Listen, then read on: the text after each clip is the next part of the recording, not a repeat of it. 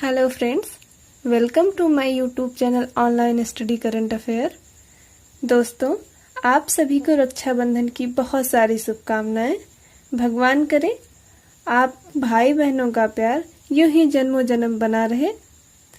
दोस्तों, रक्षाबंधन पर बहुत सारी कहानियां प्रचलित हैं और मैं आपका 2 मिनट लेना चाहूंगी आज।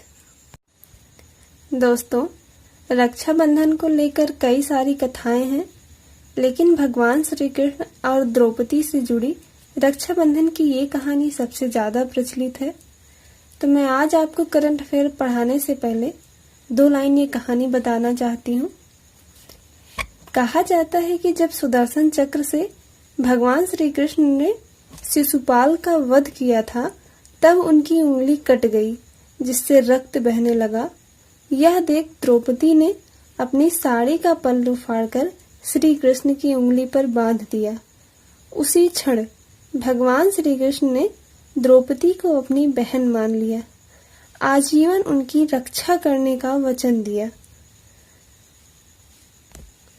और भगवान श्री कृष्ण ने कहा कि किसी भी समय अगर वह स्वयं को संकट में पाए तो भगवान श्री कृष्ण को वह याद करें। और तभी से यह माना जाता है कि रक्षाबंधन का त्योहार भाई बहन का बहुत ही पवित्र त्योहार है। दोस्तों, आप सभी को रक्षाबंधन की ढेर सारी शुभकामनाएं। चलिए आज का हमारा पहला प्रश्न देखते हैं। हमारा पहला प्रश्न है, हाल ही में 8 अगस्त 2022 को भारत छोड़ो आंदोलन की कौन सी वर्षगांठ मनाई गई है? आंसर है 80वीं। और इसके बारे में जानते हैं। भारत छोड़ो आंदोलन द्वितीय विश्व युद्ध के समय 8 अगस्त 1942 को आरंभ किया गया था। यह एक आंदोलन था जिसका लक्ष्य भारत से ब्रिटिश साम्राज्य को समाप्त करना था। यह आंदोलन महात्मा गांधी द्वारा अखिल भारतीय कांग्रेस समिति के मुंबई अधिवेशन में शुरू किया गया था। यह भारतीय स्वतंत्रता संग्राम के दौरान विश्व विख्यात काकोरी ट्रेन डकैती वाला कांड के ठीक 17 साल बाद 8 अगस्त सन 1942 को गांधी जी के आह्वान पर देश में एक साथ आरंभ हुआ था।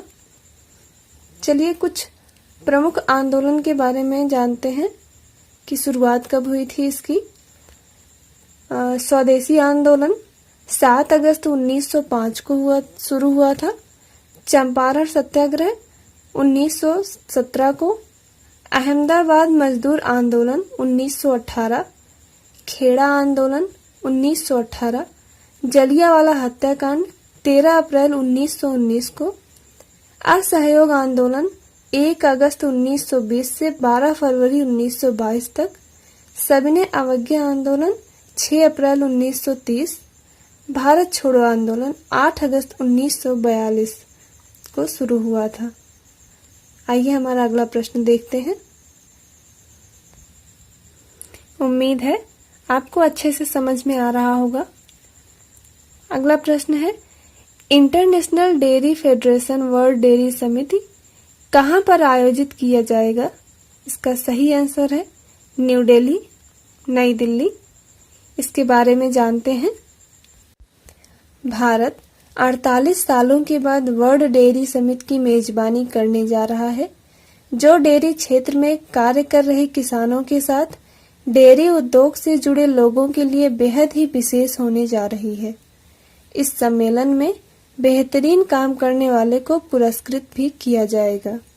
अगला प्रश्न है, हाल ही में किस राज्य की खगोलीय वेधशाला को यूनेस्को की महत्वपूर्ण संकटग्रस्त विरासत वेधशालाओं की सूची में शामिल किया गया है? इसका सही उत्तर है बिहार। इसके बारे में जानते हैं। यह वेधशाला 1916 में स्थापित की गई थी। इस कॉलेज में विद्यार्थी को खगोलीय जानकारी दी जाती थी। उपकरण खराब होने के कारण 70 के दशक में यह बंद हो गया। 13 से 26 अक्टूबर 2018 की फ्रंट लाइन पत्रिका के अंक में एक वेधशाला की गिरावट लेख लिखा था, उसी समय पत्रिका पर यूनेस्को का ध्यान गया और इस वेधशाला को संकटग्रस्त सूची में शामिल कर लिया गया। अगला प्रश्न है, petroleum company oil India limited का चेयरमैन किसे नियुक्त किया गया है? इसका आंसर है रंजीत रथ। रंजीत रथ एक भूवैज्ञानिक हैं। इन्होंने 2 अगस्त से कंपनी के चेयरमैन की जिम्मेदारी संभाल ली है।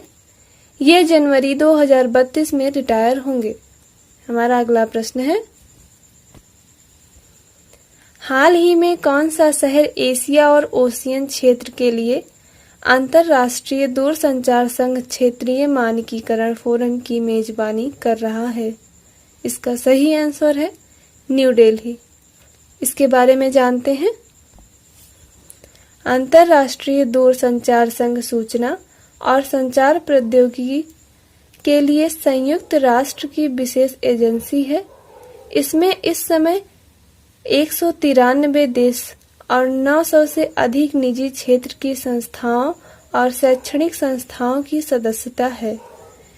नई दिल्ली में आईसीटी की स्थापना से यह भारत की ही नहीं, दक्षिण एशियाई देशों अफगानिस्तान, बांग्लादेश, भूटान, ईरान, मालदीव, नेपाल, श्रीलंका को भी सहयोग करेगा। चलिए हमारा अगला प्रश्न देखते हैं। 6वां प्रश्न है, हाल ही में नई दिल्ली में आयोजित नीति आयोग की गवर्निंग काउंसिल की 7वीं बैठक की स्थापना किसने की? इसका सही उत्तर है नरेंद्र मोदी। इनके बारे में जानते हैं। नीति आयोग के अध्यक्ष नरेंद्र मोदी हैं। नीति आयोग के उपाध्यक्ष प्रधानमंत्री द्वारा नियुक्त किया गया रहता है, जिसे वो नियुक्त करते हैं। संचालन परिषद सभी राज्यों के सीएम और केंद्र शासित प्रदेशों के उपराज्यपाल।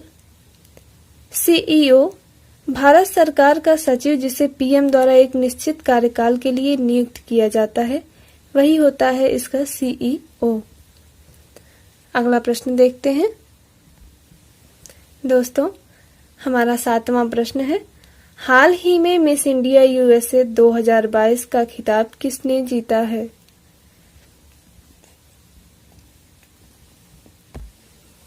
इसका सही आंसर है आर्या वाल्वेकर। मिस इंडिया यूएसए की शुरुआत 40 साल पहले हुई थी। आर्या वाल्वेकर वर्जीनिया की रहने वाली हैं। ये मेडिकल की स्टूडेंट हैं। इन्होंने मिस इंडिया डीएमसी की भी विनर रह चुकी हैं। इनकी उम्र 18 साल है। उम्मीद करती हूँ बहुत अच्छे से समझ में आ रहा होगा आप सबको। चलिए अगला प्रश्न देखते हैं दोस्तों। किस देश के वैज्ञानिकों ने कृत्रिम भ्रूण तैयार किया है? इसका सही आंसर है इजराइल। इजराइल के वैज्ञानिकों ने इसे तैयार किया है। भ्रूण को इजराइल के वाइजमैन इंस्टीट्यूट ने तैयार किया है। इसे बनाने के लिए स्टेम सेल्स का इस्तेमाल किया गया है। इस बच्चे की धड़कन भी चलने लगी है। हमारा लास्ट प्रश्न है, किस राज्य की आर्थिक स्थिति में सुधार के लिए परवाज योजना की शुरुआत की गई? इसका सही उत्तर है जम्मू कश्मीर। परवाज मार्केट योजना, इस योजना के अंतर्गत सरकार एयर कार्गो की मदद से खराब होने वाले फलों को ले जाने के लिए माल ढुलाई शुल्क पर 25% की सब्सिडी देगी। दोस्तों, कल फिर इसी समय मिलेंगे। तब तक के लिए नमस्कार और प्लीज चैनल को लाइक, शेयर और सब्सक्राइब करना ना भूलें।